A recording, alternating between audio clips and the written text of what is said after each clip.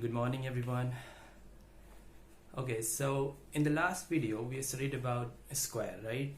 Like going by the definition, what actually a square number is, right? And we also studied that what does it mean when we say that a number is a square number or perfect square number, and the vice versa as well, as in what does it mean when we say a number is not a square number or a perfect square number. And the last video was very long, okay?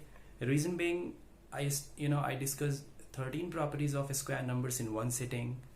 We covered some problems based on those properties, and at many instances I repeated the same sentence or the same thing for at least 2 times, but I guess that's not a point of discussion, right? So today I'm gonna resume from the point where the last video ended at. Okay, so the very first topic for today is finding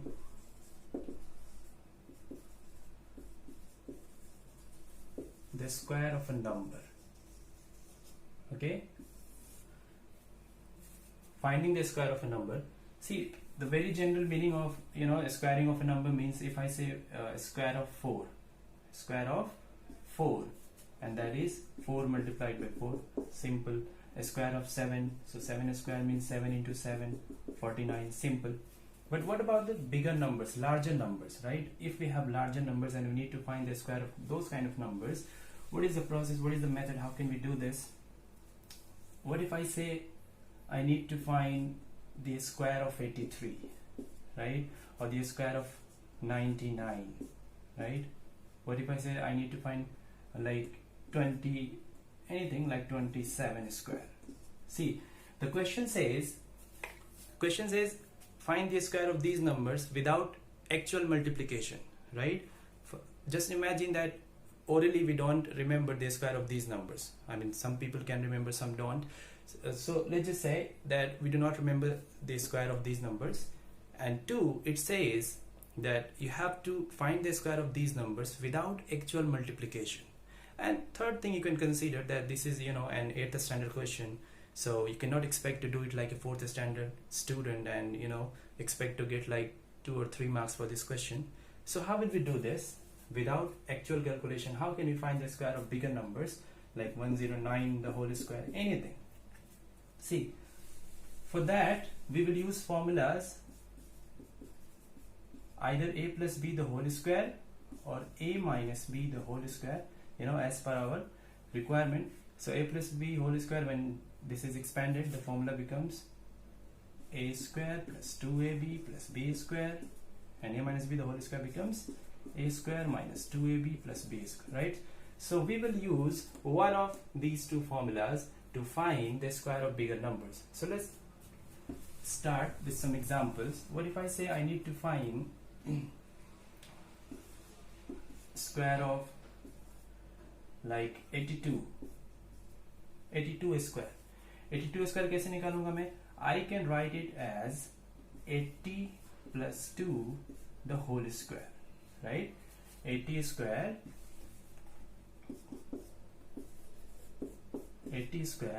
can be written as what?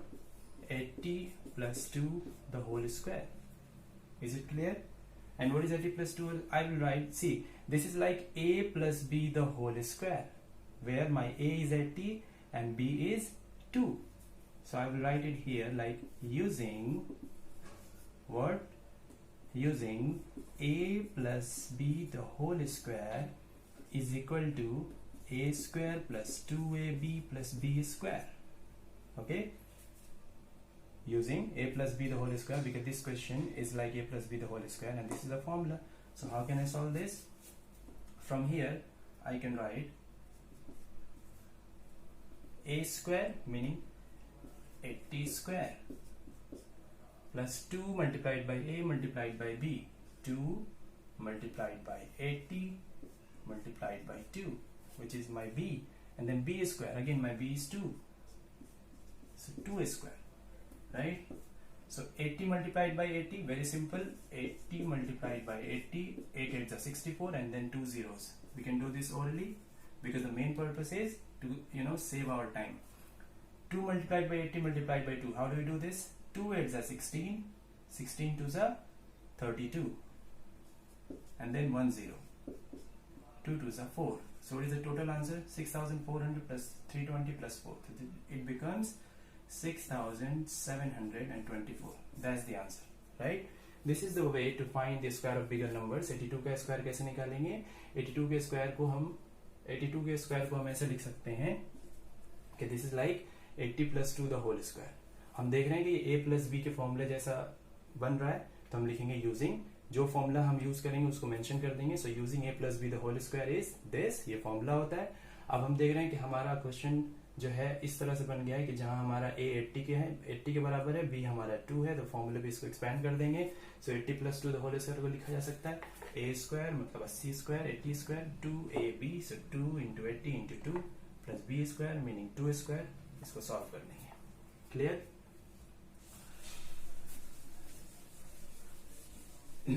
Next, suppose I need to find 99 square, right? The next question is 99 square. How can I do this? 99 square.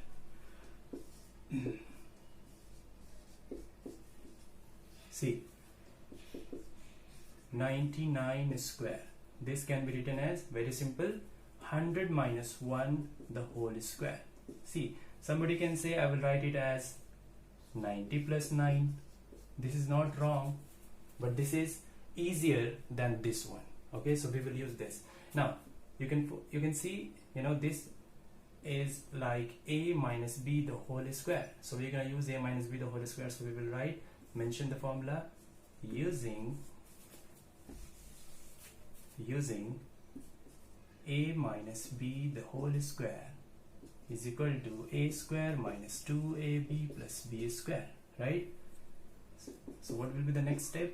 See, our a is 100 and b is 1. So formula is, so the next step will be a square meaning 100 square minus 2 times a times b. My b is 1, a is 100 plus b square meaning 1 square. So what is 100 into 100 again? 100 into 100, 1 ones are 1, and then 2 and 2, 4 zeros, minus 2 ones are 2, and then again ones are 2, and then you have 2 zeros, and then you have 1 square is 1. So what is the answer? 10,000 minus 200 is 9,800 plus 1, so 9,801. So that's how you do, you know, that's how you find the square of some bigger numbers. This is very easy.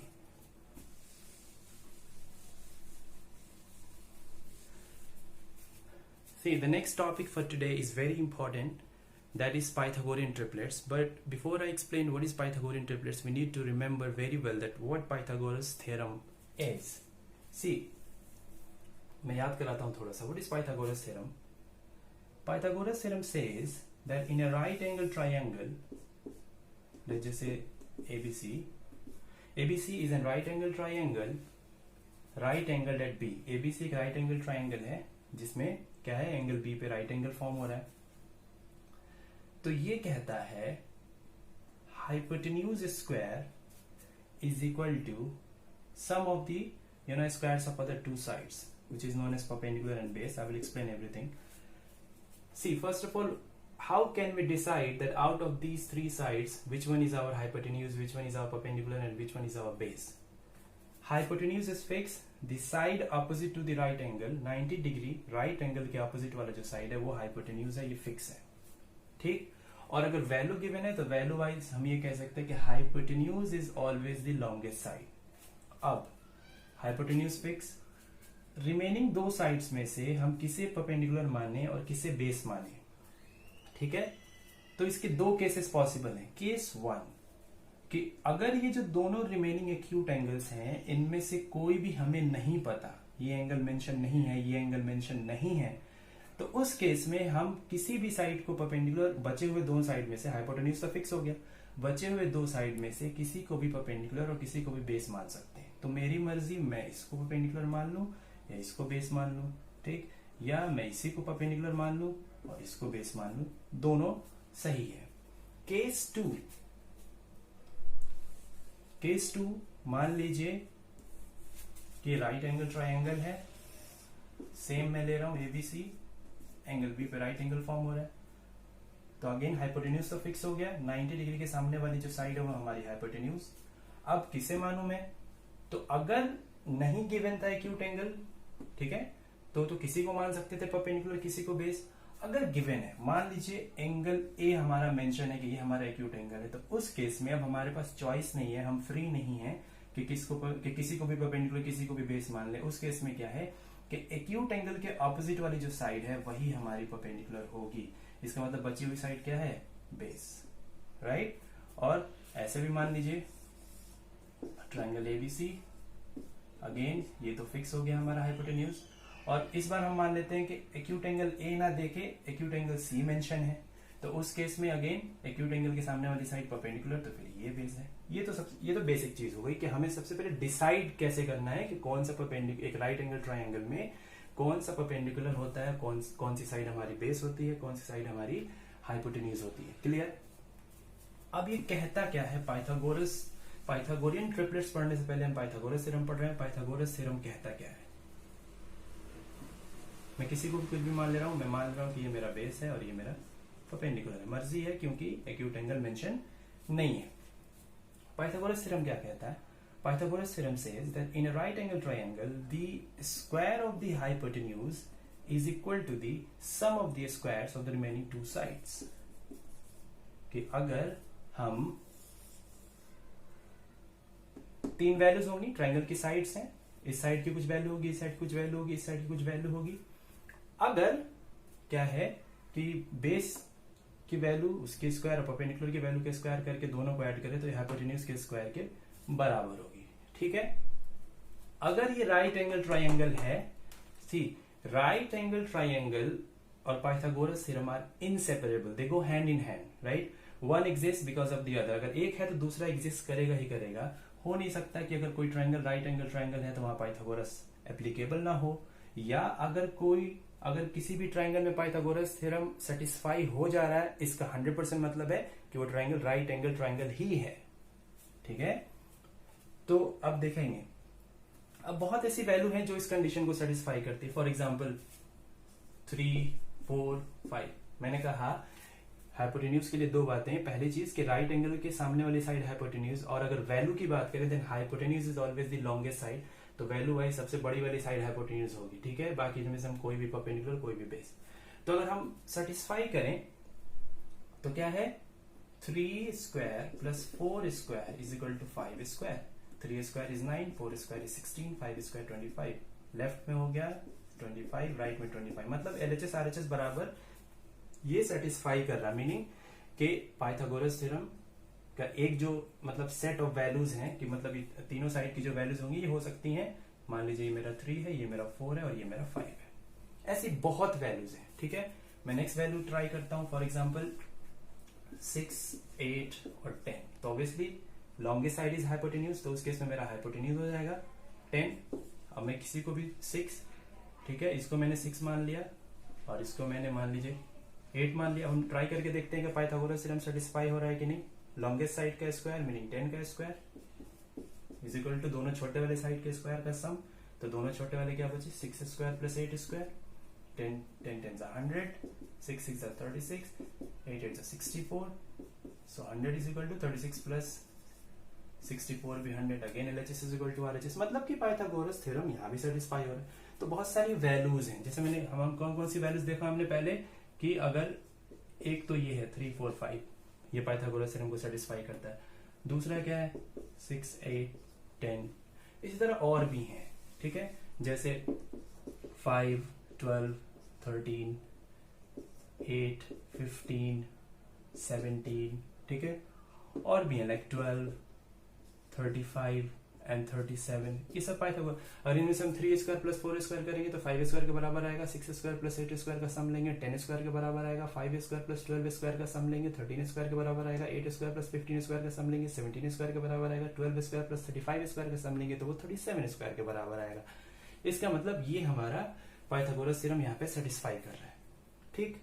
अब हम हमारा असल topic Pythagoras theorem नहीं है, Pythagorean triplets है। Pythagorean triplets क्या है, सी नाम से पता चल रहा है Pythagorean triplets. This is a set of values which has 3 members, right. 3 ऐसे मेंबर होंगे जिसमें जो क्या करेंगे कि पाइथागोरस थ्योरम को सेटिस्फाई करेंगे। ये पाइथागोरस थ्योरम को सेटिस्फाई करेंगे, ठीक है, अगर हम स्क्वायर करके ऐड करें तो।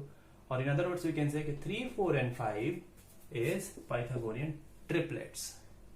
6, 8 and 10 Pythagoras triplet, Pythagorean triplets, Pythagorean triplets, Pythagorean triplets, ठीक है। 3 मेंबर्स हैं, ये तीनों पाइथागोरियन ट्रिपलेट्स हैं, ये पाइथागोरियन ट्रिपलेट्स के मेंबर्स हैं, पाइथागोरियन ट्रिपलेट्स हैं सब। तो पाइथागोरियन ट्रिपलेट्स वो 3 वैल्यूज हैं जो हमेशा पाइथागोरस थ्योरम को सेटिस्फाई करेंगी। मतलब अगर आप ये करना चाहें तो वो भी LHS RHS यहाँ बराबर आएगा, ठीक। तो ये तो मेन टॉपिक है नहीं, मेन है पाइथागोरियन ट्रिपलेट्स। अब देखेंगे पाइथागोरियन ट्रिपलेट्स होता क्या है, पाइथागोरियन ट्रिपलेट्स हम निकालेंगे कैसे, ये सीखना है हमें, ठीक है।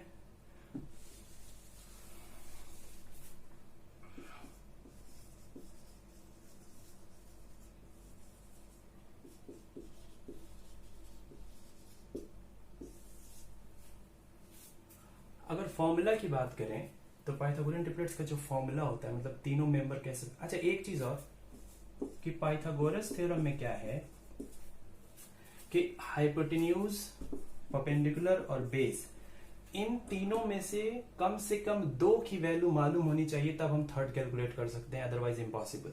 ऐसा नहीं हो सकता कि इन 3 में से किसी एक की वैल्यू मालूम हो और हम पाइथागोरस थ्योरम का यूज करके, जैसे मुझे बेस की वैल्यू मालूम हो बस और कुछ नहीं, तो मैं परपेंडिकुलर हाइपोटेन्यूज नहीं निकाल सकता यूजिंग पाइथागोरस। इसी तरह से ये मालूम है तो ये दोनों नहीं निकाल सकता। तो कम से कम 2 वैल्यूज मालूम अगर हमें है पीबीएच में से, तब हम कोई तीसरा निकाल सकते हैं। लेकिन पाइथागोरियन ट्रिपलेट्स में क्या है कि जो मेंबर हैं 3, उनमें से एक मालूम होगा तो रिमेनिंग 2 हम निकाल लेंगे उस एक की हेल्प से, ठीक है। तो अगर पाइथागोरियन ट्रिपलेट्स के फॉर्मूले की बात करें तो फॉर्मूला कुछ ऐसा होता है, 2m square plus m square minus 1 the whole square is equal to m square plus 1 the whole square, ठीक। ये इसका फॉर्मूला है। अब ये फॉर्मूला कैसे आता है ये अपने आप में क्वेश्चन है। एक्चुअली हर फॉर्मूले का डेरिवेशन होता है, जो भी, जैसे हमने a plus B the whole square पढ़ा, वो भी अपने आप में क्या है, एक क्वेश्चन है, उसका डेरिवेशन है कि वो कैसे आता है, ठीक है। तो बात की बात, अब हम रिजल्ट यूज करेंगे। तो जब हमें पाइथागोरियन ट्रिपलेट्स यूज करना है, जैसे आप इमेजिन 3 स्क्वायर प्लस 4 स्क्वायर अगर 5 स्क्वायर के बराबर था इस तरह से, तो इसका मतलब 3, 4 और 5 पाइथागोरियन ट्रिपलेट्स होता था।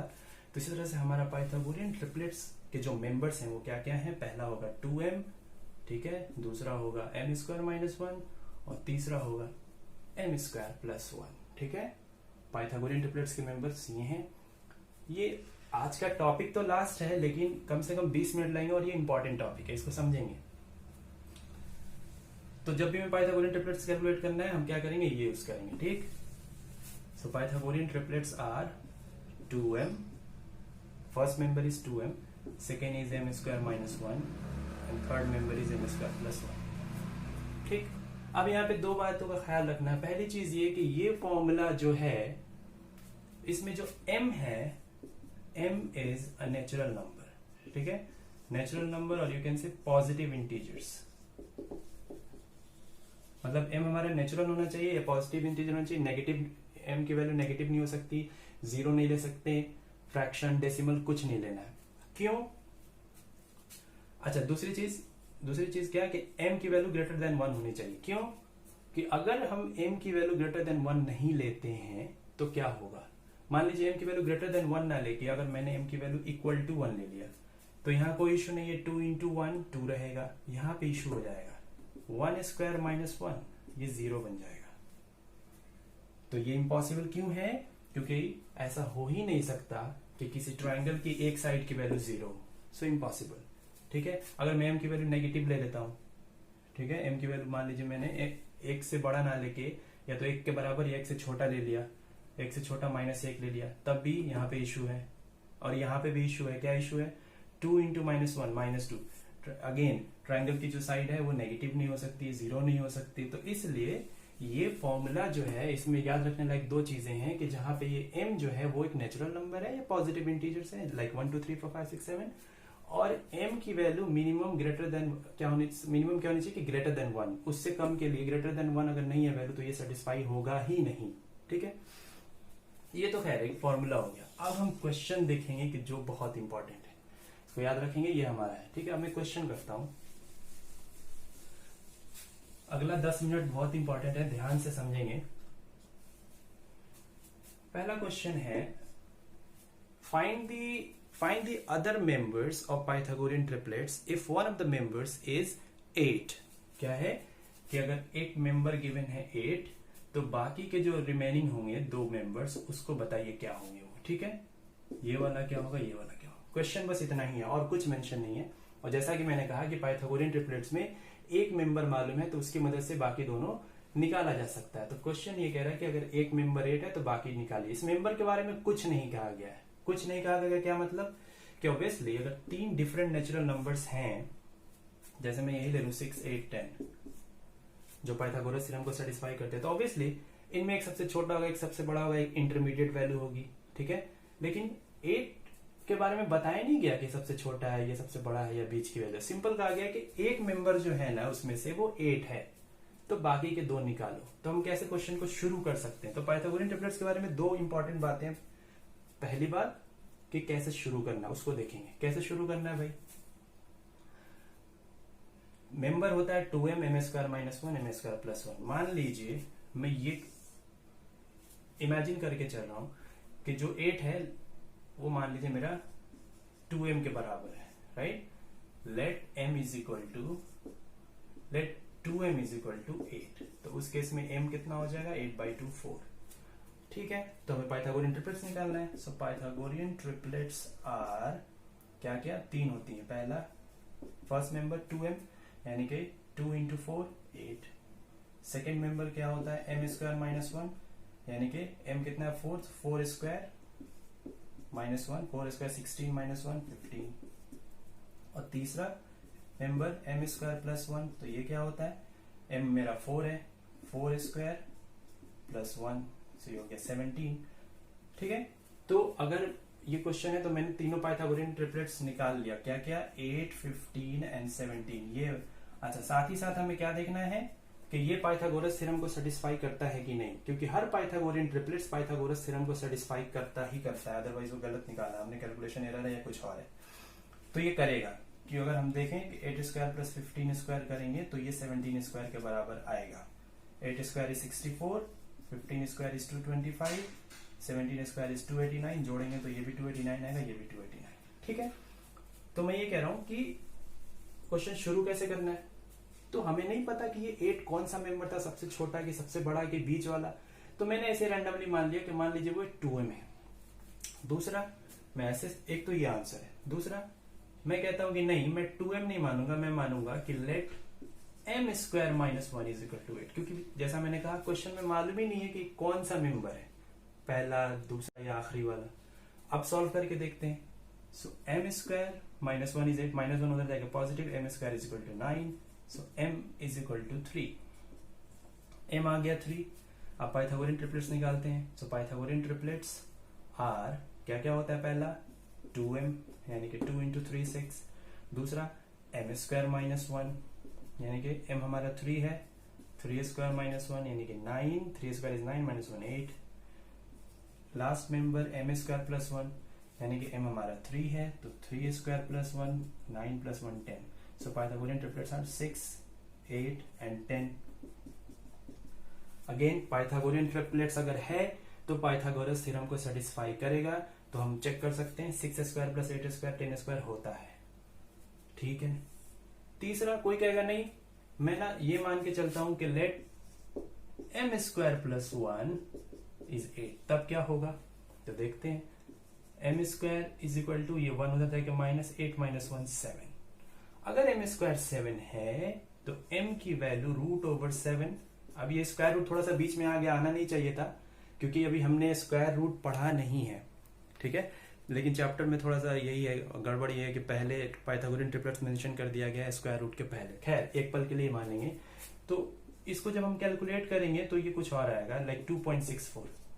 हमने पढ़ा था कि जो पाइथागोरियन ट्रिपलेट्स है वो सिर्फ और सिर्फ नेचुरल नंबर्स के लिए वैलिड है। मीनिंग जो पहला इंपॉर्टेंट पॉइंट था, 2 बातें थी। पहला इंपॉर्टेंट पॉइंट पाइथागोरियन ट्रिपलेट्स के क्वेश्चन को कैसे करना है वो ये है कि अगर हम क्या माने, ये मान के शुरू करें ये मान के शुरू करें ये तो मान ही नहीं सकते, ये हो गया क्लियर, क्योंकि ये मान रहे तो m की वैल्यू नेचुरल नंबर नहीं आ रही है, डेसिमल में आ रहा जो हमें नहीं चाहिए। अब सवाल है कि 2m मान के करें कि ये मान के करें। सी, जब तक क्वेश्चन में कुछ भी मेंशन नहीं है, जैसे 8 के बारे में कुछ भी मेंशन नहीं था कि ये 8 स्मॉलेस्ट मेंबर है कि लार्जेस्ट मेंबर है, तब तक हमारा ये भी मेथड सही है और ये भी मेथड सही है, दोनों पे फुल मार्क्स मिलेंगे, कोई गलत नहीं होगा। ठीक, अब इसी क्वेश्चन में थोड़ा सा ट्विस्ट, क्वेश्चन ये कह रहा है कि find the other members of Pythagorean triplets when the smallest member is 8। क्या कह रहा है कि जो 8 है ना, साथ ही साथ मेंशन किया गया कि वो स्मॉलेस्ट मेंबर है। अब हम देखें, अगर हम ये मान के चलते हैं कि क्वेश्चन शुरू हमने इस तरह से किया कि मान लीजिए कि 2m इज इक्वल टू 8, तो उस केस में आंसर 8, 15, 17 आया।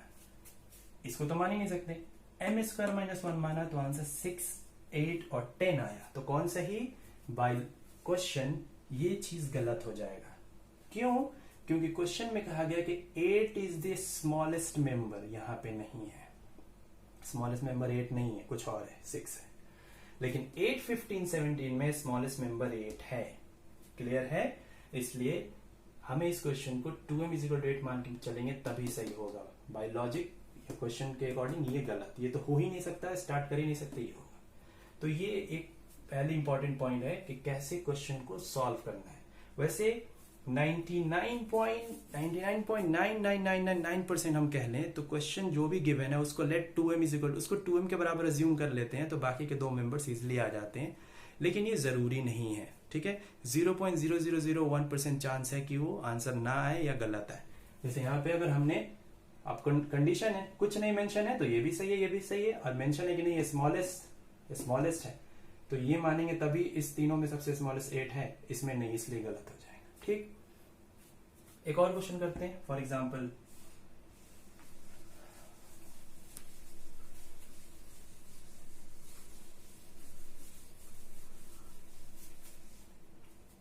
नेक्स्ट क्वेश्चन मान लीजिए, क्वेश्चन कह रहा है कि find the other members of Pythagorean triplets if one of the members is 12। ठीक है, तो अगेन कुछ मेंशन नहीं है तो हमारी मर्जी, हम कुछ भी माने भाई। केस 1, केस 2, केस 3, मैं कहता हूं let 2m is equal to 12, फिर सॉल्व करके देखता हूं क्या होता है। तो 2m is equal to 12, so m is equal to 12 by 2 which is 6. So what are the Pythagorean triplets? Pythagorean triplets are first 2m. So 2m is 2 multiplied by m which is 6, so 12. Next is m square minus 1, m मेरा 6 है तो 6 square minus 1, 36 minus 1, m square plus 1 last member, so m मेरा 6 है तो 6 square plus 1, 6 6 36 plus 1 37. And therefore Pythagorean triplets क्या क्या आ गए मेरे, वो तीनों मेंबर कौन कौन से हैं, 12, 35 and 37. और अगेन पाइथागोरियन ट्रिपलेट्स हमेशा पाइथागोरस थ्योरम को सेटिस्फाई करते हैं।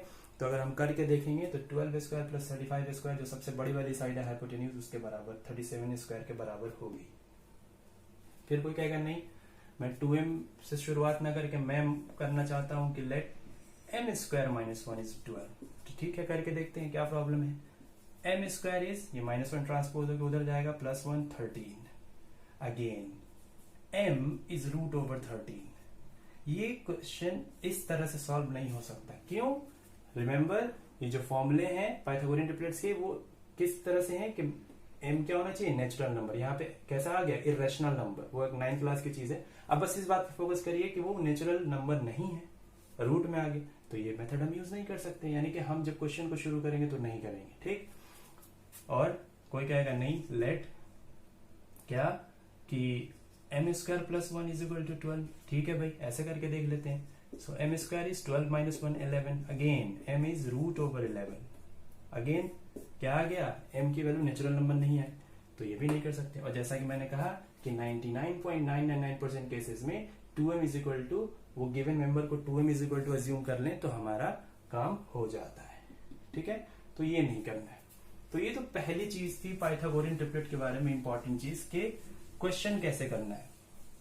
सेकेंड इंपॉर्टेंट चीज ये है, और लास्ट पाइथागोरियन ट्रिपलेट के बारे में जो आखिरी चीज हमें याद करनी है वो ये कि पाइथागोरियन ट्रिपलेट्स की ना ड्रॉबैक है, एक इसकी लिमिट है। क्या कि पाइथागोरियन ट्रिपलेट्स को यूज करके हम सब मेंबर को कैलकुलेट नहीं कर सकते। फॉर एग्जाम्पल 5, 12 एंड 13, ठीक है, ये एक्सेप्शन है, लिमिट है, इसकी डिसएडवांटेज है, इस प्रॉपर्टी की ड्रॉबैक है। क्या हम जानते हैं कि 5 स्क्वायर प्लस 12 स्क्वायर 13 स्क्वायर होता है, ठीक है, इसका मतलब 5, 12, 13 हमारे पाइथागोरियन ट्रिपलेट्स है। अब क्वेश्चन ये कह रहा है कि अगर एक मेंबर 12 है तो बाकी के निकालो। अभी हमने किया था 12 वाला, तो जब 2m इज इक्वल टू 12 माना था तो हम ऐसे करके हमारा m आ गया था 6, तो आंसर्स क्या आए थे हमारे 12, 35, 37। मैं ये क्या बताना चाह रहा हूं कि अगर ये क्वेश्चन में कहा जाए कि एक मेंबर 12 है बाकी बताओ, तो कोई और सेट आ जाएगा, बट ये वाला ऑब्टेन नहीं हो पाएगा। अगर मैं ये कहूं कि एक मेंबर 12 है तो बाकी के दो मेंबर बताओ, तो बाकी के दो मेंबर ये आ जाएंगे। ये भी एक पाइथागोरियन ट्रिपलेट्स है कि 12 square plus 35 square is 37 square, true. लेकिन मैं ये कहना चाह रहा हूं कि क्या उसकी ड्रॉबैक है कि कुछ भी हम कोशिश कर लें ये नहीं आ पाता है पाइथागोरियन ट्रिपलेट। इसी तरह का है वो क्वेश्चन का है कि नहीं, मान लो कि इस बार 12 ना देके 5 गिवन है कि एक पाइथागोरियन ट्रिपलेट का एक मेंबर कैसा है 5 है, बाकी दो निकालो, तो कुछ भी और निकल जाएगा, पर ये दोनों नहीं निकलेंगे। 5 और मुश्किल है। कैसे?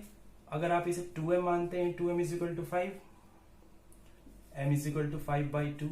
अगेन यहाँ पे गलत हो गया, क्यों? हम 2m नहीं मान सकते 5 को। क्यों नहीं मान सकते? क्योंकि m नेचुरल नंबर है ही नहीं, ठीक है। कोई कहेगा मैं m square 1 minus 1 is equal to मान के देखूं, let just say m square minus 1 is equal to 5, so m square 6, what is m? √/6। हम ये भी नहीं कर सकते क्योंकि m अगेन नेचुरल नंबर नहीं है। मैं कहता हूं लास्ट कोशिश कि m स्क्वायर प्लस 1 मान के देखा जाए 5 को, कुछ नहीं हो रहा क्योंकि ये 1 जाके उधर माइनस होगा, तो ये कितना हुआ? ये हो गया, ये हो गया m स्क्वायर 4, तो m की वैल्यू आ गई 2। अब प्रॉब्लम कहाँ है? m की वैल्यू तो 2 आ गई। अगर हम निकालें पाइथागोरियन ट्रिपलेट्स, तो पाइथागोरियन ट्रिपलेट्स क्या क्या होता है? 2m यानी कि 2 2 4, अगला m square minus 1, meaning m square minus 1 का मतलब कि 2 स्क्वायर माइनस 1 यानी कि 2 2 4 माइनस 1 इज 3, और अगला m square plus 1, 2 square plus 1, 4 plus 1 5। Problem कहाँ है? ट्रिपलेट्स आ गया 3 4 5 वाला। मैं तो कोशिश कर रहा हूं कि 5 12 13 है, तो आ ही नहीं रहा है। 12 पे तो कुछ और आ जा रहा है, 5 पे वो अलग बात है कि ये दोनों सेटिस्फाई नहीं कर रहा, जो अगर शुरू कर भी दिए तो कुछ और आ जा रहा है, ये नहीं आ पा रहा है। अब मैं कहूँ चलो एक मेंबर 13 गिवन है, इस पे ट्राई करके देखते हैं। 12 से क्या निकल गया था, याद रखेंगे इसको, मैं रफ में लिखता हूँ कहीं, 12 35 और 37 निकल गया। 5 गिवन था, उसको मान के मैंने देखा तो 3 4 और 5 निकल गया। अब कोई कह रहा नहीं 13 गिवन है, तब क्या हो सकता है केस? ठीक है, मैं कहता हूं let 2m is equal to 13, see तो m अगेन 13/2, नेचुरल नंबर नहीं है, ये फ्रैक्शन में आ गया, यानी कि हम 2m अज्यूम कर ही नहीं सकते। ठीक है, मैं कहता हूं कि let m square minus 1 is 13, तो यहाँ पे m स्क्वायर कितना आ गया? 13 प्लस 1 14। अगेन m स्क्वायर जो है वो √14 नेचुरल नंबर नहीं, परफेक्ट स्क्वायर नहीं है तो इसका रूट नहीं बनेगा, ये भी नहीं यूज कर सकते। मैं कहता हूं let m square plus 1 is equal to 13, ठीक है। उस केस में m square is equal to 12, तो m इज इक्वल टू √12, ये भी नेचुरल नंबर। तो खैर ऐसा तो होगा ही नहीं कि 13 गिवन है, खत्म हो जा रहा है वो। 13 का यूज करके कुछ और आ जाए, या मतलब 13 तो खैर देगा ही नहीं, पहली बात, कुछ और मेंबर दे, क्योंकि 13 के साथ हम शुरू ही नहीं कर पा रहे, और इनके साथ अगर कर भी सकते हैं तो कुछ और पेयर आ जा रहा है, 5 12 13 नहीं आ रहा। तो ये इस प्रॉपर्टी की, इस पाइथागोरियन ट्रिपलेट की ये एक ड्रॉबैक है कि जितने भी जो ट्रिपलेट्स हैं ना, जो पाइथागोरस थ्योरम को सेटिस्फाई करने वाले जितने भी मेंबर्स हैं, वो सारे के सारे पाइथागोरियन ट्रिपलेट्स का यूज करके नहीं कैलकुलेट किए जा सकते, कुछ रह जाते हैं। ठीक है, और जिनका किया जा सकता है उनमें क्या है कि बस एक थोड़ा सा आपको सोचना है कि हम शुरुआत कैसे करें, 2m मान के, m स्क्वायर माइनस 1 मान के। ठीक है, तो ज्यादातर केसेस में आप आराम से आंख बंद करके 2m माने, वो काम हो जाता है। स्पेशली जब कुछ मेंशन ही नहीं हो, और अगर मेंशन हो के स्मॉलेस्ट तब भी 2m ही मानना है। क्यों? अगर ये कुछ भी मेंशन ना हो तो मर्जी है, जिस पे सेट हो जाए वो 2m पे सेट हो जाए, 2m-1 पे सेट हो जाए, 2m पे सेट हो जाए तो 2m एज्यूम कर लेंगे, m² -1 पे वो क्वेश्चन सेट हो जाए तो उसको एज्यूम कर लेंगे। शुरुआत इसी से करेंगे, ज्यादातर क्वेश्चन हो जाते हैं। लेकिन मान लीजिए, क्या बता रहा था मैं, हाँ, कि मेंशन है कि स्मॉलेस्ट है तब भी 2m से ही शुरू करना है। क्यों? क्योंकि इन तीनों में सबसे छोटा 2m ही होगा। कैसे? m की कोई भी वैल्यू अपने मन से मान ले हम। मान लीजिए मैंने कहा 5, तो 2m कितना होगा? 2 × 5 10। ये कितना होगा? 5² 25 - 1 24, 5² 25 + 1 26। मैं कह रहा हूँ m की वैल्यू 6, तो 6 2 12। मैं कह रहा हूँ 6² - 1 36 - 1 35, 6² + 1 36 + 1 37। तो क्या कहने का मतलब है कि क्वेश्चन में अगर मेंशन है ही नहीं कुछ भी, तब तो ऑब्वियसली आप देख लीजिए जो आपको अच्छा लगे, ठीक है। बस ध्यान रखना कि नेचुरल नंबर आना चाहिए m की वैल्यू, तब आगे प्रोसीड कर पाएंगे। और अगर मेंशन है कि जो गिवन मेंबर है वो स्मॉलेस्ट है, तो फिर 2m से ही शुरू करना है, क्योंकि इन तीनों में सबसे जो छोटी वैल्यू है वो 2m ही है। तो गिवन क्वेश्चन को हम क्या करेंगे? Late 2m = 2। ठीक है, तो समरी इसका यही है कि स्मॉलेस्ट मेंशन हो तब भी 2m = 2 इस चीज को अज्यूम करना है, और मेंशन नहीं हो, सिंपली गिवन हो कि एक मेंबर है निकालो, तब भी वही यूज करना है। एक लास्ट क्वेश्चन और फिर खत्म करता हूं। एक लास्ट क्वेश्चन, फॉर एग्जांपल, कि find the other members of Pythagorean triplets when one of the members is 14। कुछ मेंशन नहीं है, बस स्मॉलेस्ट है कि नहीं, बस वन ऑफ द मेंबर्स। तो मैं कुछ भी नहीं हो तब भी मैं 14 से शुरू करता हूं, काम हो जाएगा। तो क्या है? Let 2m = 14 and therefore m = 14/2, which is 7. So Pythagorean triplets are, क्या क्या होते हैं पाइथागोरियन ट्रिपलेट्स? पहला 2m यानी कि 2 × 7 14। दूसरा m² - 1 यानी कि 7² - 1, 7 7 49 - 1 48। और लास्ट मेंबर क्या है? m² + 1, इसकी वैल्यू 7² + 1 यानी कि 49 + 1 50। तो ये अगर एक मेंबर 14 है तो बाकी सब आ जाएंगे। Therefore Pythagorean triplets = 14 48 and 50। तो कुछ नहीं गिवन है तब भी आंसर सही है, और कहे कि नहीं जो मेंशन है, जो मेंबर है 14 और सबसे छोटी वैल्यू है, तब भी आंसर सही है, क्योंकि 14 48 और 50 में सबसे छोटा ही है। ठीक है, तो कोई भी क्वेश्चन गिवन हो हम 2m = 2 अज्यूम कर लेंगे, क्वेश्चन सॉल्व हो जाएगा। एटलीस्ट इवन में तो 100% सॉल्व होगा। ठीक है, और बाकी नहीं होगा तो हम बाकी मेंबर्स पे चेक कर लेंगे। ठीक है, तो इस तरह से स्क्वायर पूरी तरह से कंप्लीट हुआ। फिर हम नेक्स्ट में देखेंगे स्क्वायर रूट क्या है। यहाँ पे हाफ चैप्टर खत्म हुआ, फिर स्क्वायर रूट। स्क्वायर से थोड़ा सा लेंदी है, क्वेश्चंस बहुत सारे हैं, कोई इशू नहीं है, लेकिन टॉपिक सिंपल है, तो नेक्स्ट वीडियो में देखेंगे। अभी के लिए थैंक यू वेरी मच, आज के लिए इतना ही।